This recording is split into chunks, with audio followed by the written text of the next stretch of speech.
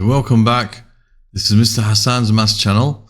I'm now answering question number 5 from one of the old specification papers, the C34 paper from June 2018. This is International A-Level Edexcel exam, and it's related to P3 material of the new specification. In these old papers, I sometimes choose a question which is kind of related to type of questions that do come up, or I'm requested to answer a question from them, I will do so if I think it's relevant. And so this is one of those type of questions which I think might be useful for us to go through. So it says the functions f and g are defined by f of x is e to the power of 2x minus 5, and x is an element of the real numbers. Okay, so all real numbers can go into here. And g of x is such that it's ln of 3x minus 1, where x is an element of the real numbers, but x must be greater than 1/3. Because if it was 1/3 or less, this would be undefined, because you'll have the ln of 0 or negative numbers, which you can't take. So this has to be written there for it to be a function. So they're telling us first to concentrate on the first function, f, and state its domain. So we're going to find the inverse of this function and state its domain. So sometimes the questions, in especially the newer type of papers, in the new spec, they might just say this. It might just be written, find the inverse of f. And the stating of its domain is something which is something you must do anyway. Okay, part of finding the inverse function is finding its domain and stating its domain. That's part of finding the inverse function. If the question said find an expression for the inverse function, then that implies that you don't need to mention the domain. But if the question was this, or if the question was this, you do the same thing. In the newer spec, they don't mention state its domain so much, but you should understand that you have to do that whether they say this or not. Just find the inverse function. Part of that is finding and stating the domain of that function. That's very important. So first of all, let's find the algebraic expression for the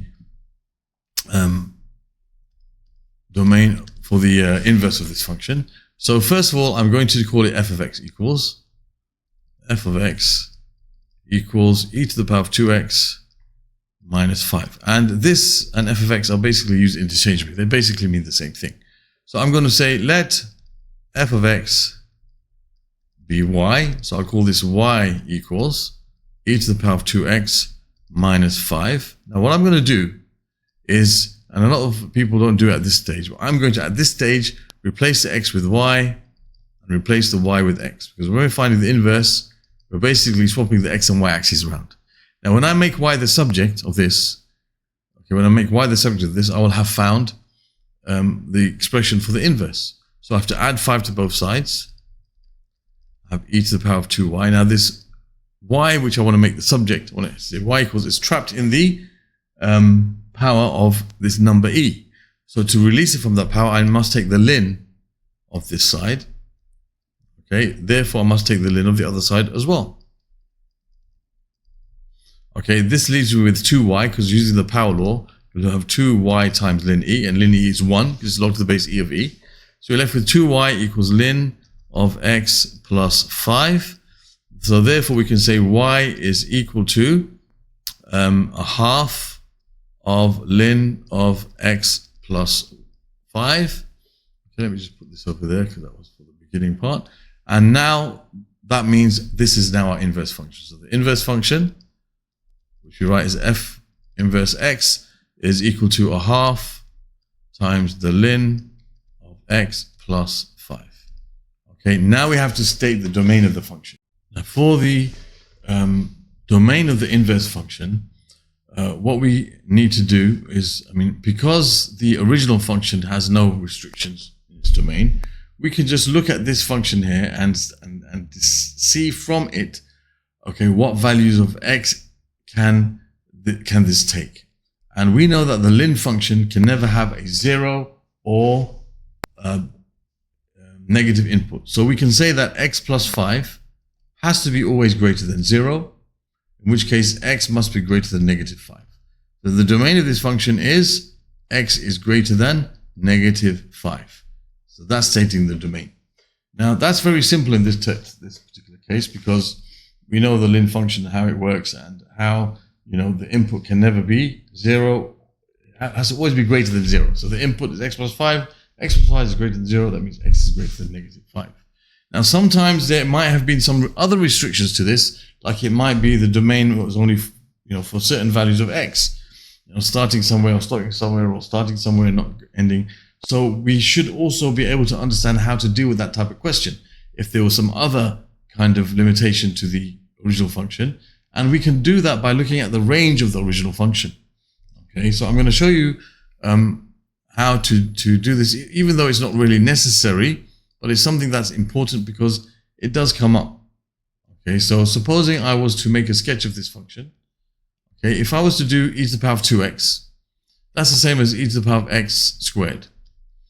Okay, so basically when x is, for example, say 2, you'll have e to the power of 4. If x is minus 2, you'll have e to the power of minus 4, which is 1 over e to the power of 4. So this side is kind of the same as e to the power of x, but more extreme. So this is going to be really small. It's going to go when x is 0. This is going to be 1, e to the power of 0. That will be, if that's 0, you'll have e to the power of 0, which is 1. So it's going to be very similar to the exponential curve, but more extreme in terms of the way it rises. So it'll have the same type of properties. And the asymptote would be x equals 0. That's for the graph just e to the power of x squared. I haven't considered the next part of it. It's thinner. I haven't considered now when you got e to the power of x squared minus 5. If you do this is e to the power of 2x. Okay, so basically e to the power of 2x, what I'm trying to say is the same as e to the power of x all squared. Because you multiply the powers. Okay, e to the power of 2x is the same as e to the power of x all squared. Okay, and you might have wondered how I got there. I neglected to just explain that. You know that when you have something raised to another power, you can multiply the powers. It could also be thought of e to the power of 2 to the power of x, same thing. Okay, but basically that's how it will look. But when you have the minus 5, everything goes down by 5 units. So the asymptote now, the asymptote wants to move. One asymptote, it goes down to negative 5. All right. So this one goes down also 5 units. That's going to be negative 4. Okay. So let me make this a bit more realistic. Okay. So that goes down to negative 4. Okay. And the graph will continue like this. And this is going to be y equals negative 5, the asymptote. So we can see that the range of this function is going to be all the values from 5, above 5 and upwards. That will be the range. And the range of the original is the same as the domain of the inverse. And that kind of matches with our understanding here. Okay, so in this particular case, we didn't need to really sketch this. We can see that this is unrestricted. All right, so therefore the only restrictions that will occur on this will be what comes from the restrictions of this function itself. We know that the ln of something can never take a negative input. So x plus 5 has to be greater than 0. So you can say x is a member of all real numbers, and also x is greater than minus 5, not equal to, of course. Right? As you can see from here, that's the asymptote never reaches it. It goes above it. Okay, so that's a bit of a side point for part A, which not really necessary for the question, but supposing, for example, it said that, there's a condition also x is greater than or equal to 2, for example. So you'd have to find what this is when x equals 2, and then you'd start from there. Your range would start from there. Therefore, the domain of that would also start from that same place. Okay, so now question part B. It says find f g3, giving your answer in its simplest form. So fg3 is basically when you take 3, put it inside the function g. Okay, so you find g3, and then you put that inside the function f. So we're going to find fg3.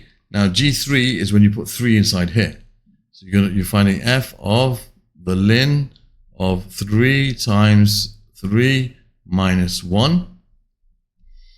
Okay, and that gives you f. That's the ln of 8. That's 9 minus 1, which is 8. So now we've got to put this inside the function f. So you have e to the power of 2 times ln 8 minus 5. Okay, now what we can do here is we can say this is e to the power of ln of 8 squared minus 5, using the power law for this. Okay, so you have e to the power of ln of 64 minus 5. Now what happens to e to the power of ln of 64? This is basically a function and its inverse. They cancel each other out. Okay, when you have, we know ln of x and e to the power of x are inverses of each other. So if you put this inside that function, they cancel each other out. As we know, f of the inverse of f x will give you x. They cancel each other out. So these cancel each other out, leaving you with 64 minus 5, which is equal to 59. Okay, so f of g of 3 will be equal to 59. I'll give you an answer in its simplest form. Okay, yeah, that's fine. Right? I mean, don't leave it in terms of e, ln, and stuff like that. Okay, so there's your answer to part B of the question. And then part 2, we're going to go to now. Okay, now for part 2a, it says sketch the graph with the equation y equals the modulus of 4x minus a, where a is a positive constant. So that's important for us when we sketch it here. States the coordinates of each point where the curve or the graph cuts or meets the coordinate axis. So here we have a modulus function. Okay, now a modulus function is one such that if you have the whole of the function inside the modulus sign, then what happens is none of the graph can ever go below the x-axis. Okay, if the whole of the function is inside like this, right? None of the graph can go below the x-axis. So an easy way to sketch such a graph is to start off with sketching y equals 4x minus a. Now, if a is a positive constant, then minus a is going to be somewhere down here. So that would be, in terms when x is 0, y is minus a. If it was just an ordinary function. Okay, so when x is 0, y is going to be negative a in the original non-modulus function. And to find where it crosses the x-axis, okay, we can put y equals 0. When y equals 0, you've got minus a added to both sides. You'll have a equals 4x. So you'll have a quarter a is going to be what your x is equal to. So it's going to cross the x-axis at a quarter a. So if you were to draw this and just ignore the fact that there's a modulus graph, then it will look something like this. It would look something like this. Okay, it would cut through these points, and that's how it would look. But because we have the modulus in front of the whole function, as we see here, then what's going to happen is none of it can ever go below the x-axis. Anything below the x-axis is reflected in the x-axis, okay, and it disappears, right? So this section over here, is now reflected. Let's see if this works nicely. Oops, I didn't have to choose it first, did I? Okay, that's the wrong line, not that much. Okay, so I want to flip this up, down. Okay, well, didn't quite work exactly how I wanted it, but it's going to flip from there. And this part, whatever was below the x-axis, now disappears. Okay, so this is what it's going to look like. So instead of going through negative a, it's going to go through positive a. Okay, so it will look something like this. All right, V-shaped kind of shape. All right, so state the coordinates of each point where the graph cuts or meets the coordinate axis. So there's that point there, and there's 0, a over here. I'm just putting it in coordinate form. I don't think that's necessary, but they say coordinates, so I just did it anyway. Okay, so there we have, that's a 0 there, quarter a and 0. All right, that's all they need to see, and that is the graph of y equals the modulus of 4x minus a. Okay, that graph might come in handy later on. So I'm going to make a little copy of it. We don't need this part anymore. I'll get rid of that part there now. Okay, so I'll just take a copy of this in case. Oh, something moved. Okay, now it says for part B, it says given that the modulus of 4x minus a is equal to 9a, okay, where a is a positive constant, find the possible values of this expression. So what does this mean? Basically, all they're telling us to do is to solve this equation, and then the values that we find of that x is equal to, replace the x with those values. So when you solve this equation, you're going to end up with x values in terms of a, and those x values in terms of a you substitute into this equation, and you find the value of this expression. That's basically what it is. It looks complicated, but it's very simple. Sometimes I like to make things look complicated, but they're actually simple. So if I take this and I move it along, oops, let me do that again.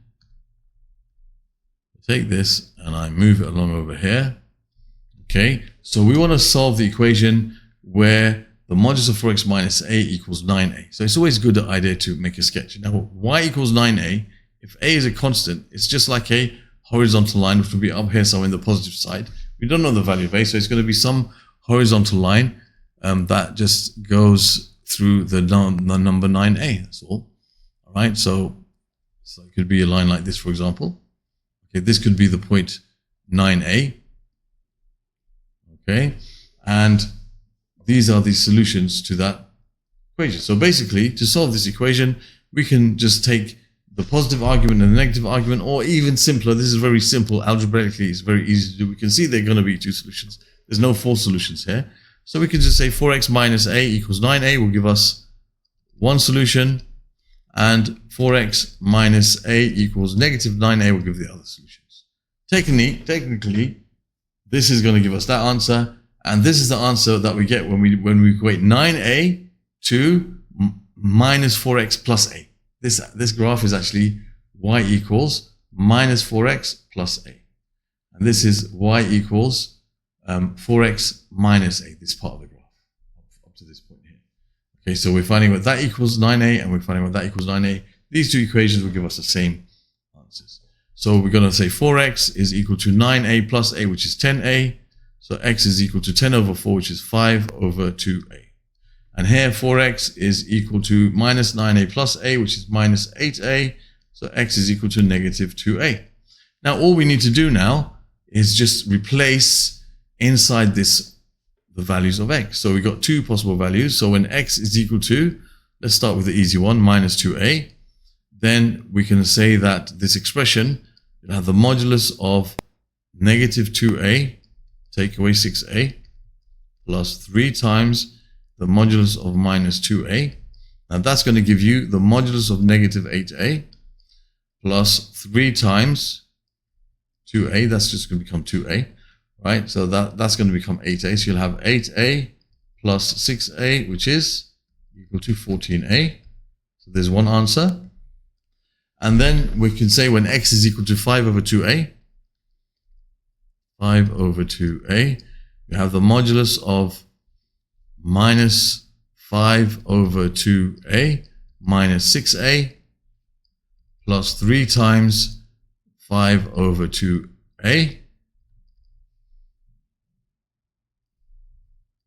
There's no minus there, sorry.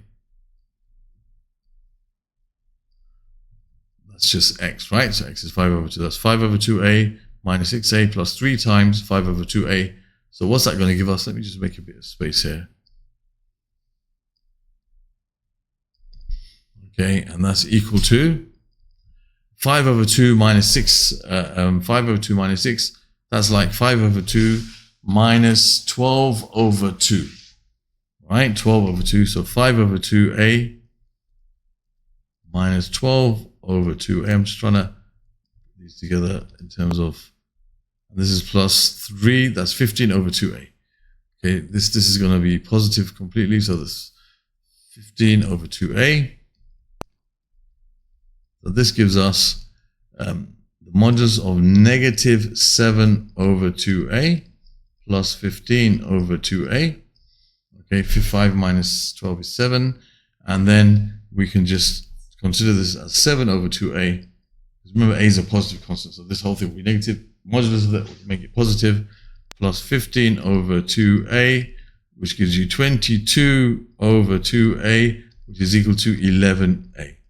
So those are the two solutions, and that solves this problem. Question number 5 done. And this last part, which people have a problem with, is actually very easy. It just looks complicated. So just basically solve this equation to find the values of x in terms of a, and substitute those answers into this expression to find the values of this expression. Very, very simple. And there we have the answers. I hope that was clear. Other questions from this particular paper, if I've answered them, will be in the playlist that will appear on the top right of the screen at the end of this video. Other questions dealing with functions, domain and range and inverse and so on, and also modulus functions is a separate playlist I think I've got for that.